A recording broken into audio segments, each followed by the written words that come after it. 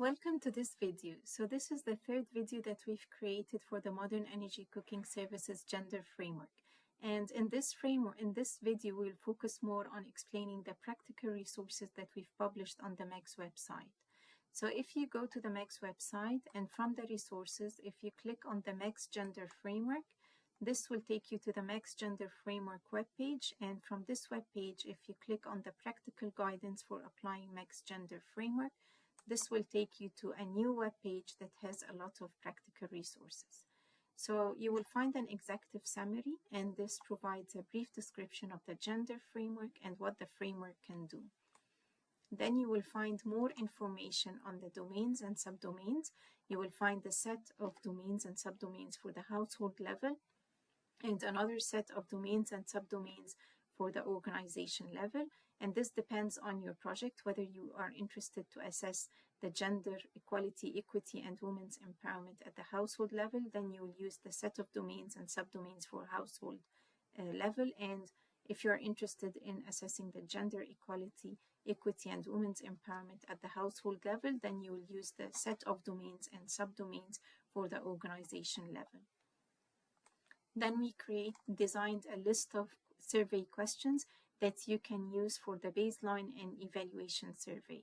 You can use these survey questions to design your baseline survey, and then from the results that you get from the baseline survey, you can identify the gender inequalities and then develop and implement a gender action plan to address these inequalities, and then conduct an evaluation survey to assess and monitor gender equality in your project. And we have a list of questions for the survey questions at the household level and the organization level. If you download it, I will open it here. It's an Excel sheet that includes all the questions that you can select from these questions. It's a bank of questions. You don't have to use them all.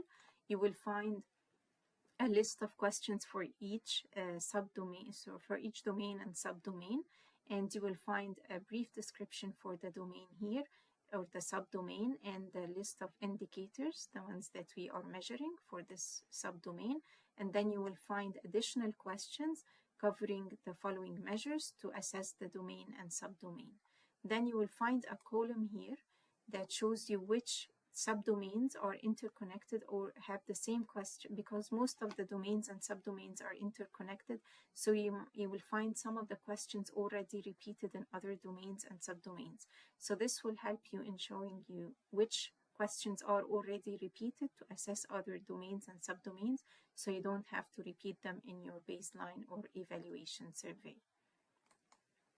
You will also find another flow chart, and this will show you who can use the household surveys and who can use the organizational surveys, and who are the respondents of the surveys, how to collect the data and when to collect this data.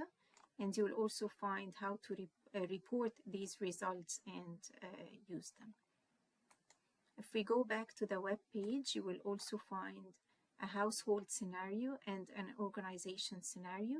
So we created these two scenarios so we can help you to understand step by step how to apply the gender framework.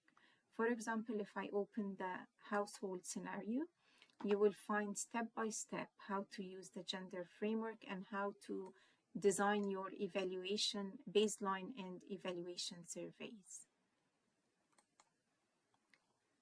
Then we created two templates, one for the household scenario and another one for the organization scenario. You can start using these templates to develop your own scenario.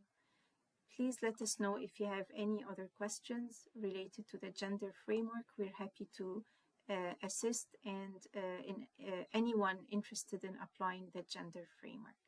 Thank you.